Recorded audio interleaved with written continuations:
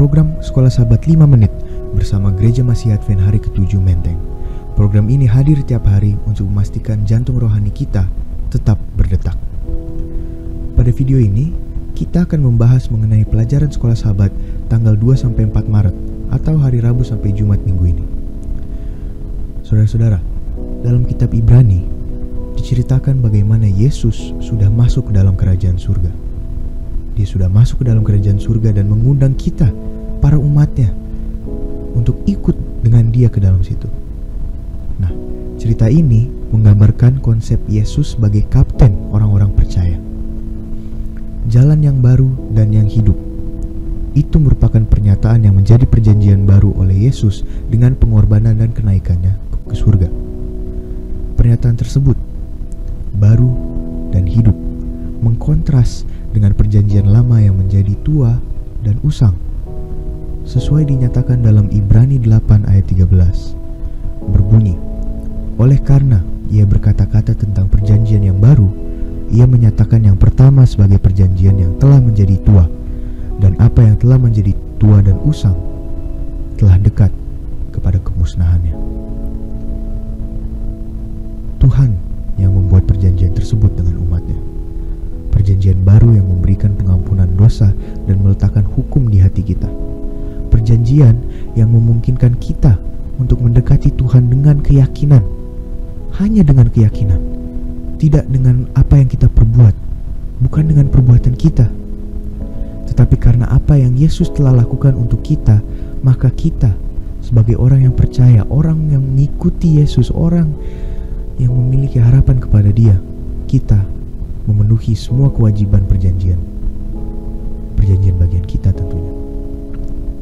Tujuan Tuhan membuatkan perjanjian, saudara-saudara, adalah untuk menciptakan hubungan yang dekat antara Allah dan umatnya.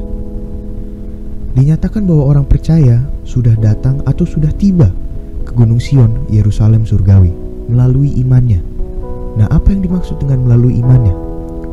Dalam pengertian ini, yang dimaksud itu pengalaman mereka mengantisipasi masa depan. Pengalaman mereka mengantisipasi masa depan. Jadi, Yerusalem surgawi adalah milik dari hal-hal yang diharapkan dan tidak terlihat. Tetapi karena iman yang kita miliki dalam diri kita, itu tetap meyakinkan kepada kita bahwa iya, tempat itu ada. Kita juga telah tiba di Gunung Sion di hadapan Allah melalui perwakilan kita, Yesus. Kenaikan Yesus bukanlah masalah iman, tetapi itu sudah menjadi fakta. Jadi kita telah tiba di tempat tersebut melalui perwakilan kita, dan oleh karena itu saudara-saudara, kita harus bertindak sesuai. Melalui Dia kita telah mengecap surgawi dan telah mengecap firman yang baik dari Allah dan karunia-karunia dunia yang akan datang. Ibrani 6 ayat 4-5. Kenaikan Kristus ke surga menandakan bahwa pengikutnya harus menerima berkat yang dijanjikan. Bila ia telah melalui gerbang-gerbang surga, maka ia dimahkotai di tengah pemujaan malaikat-malaikat.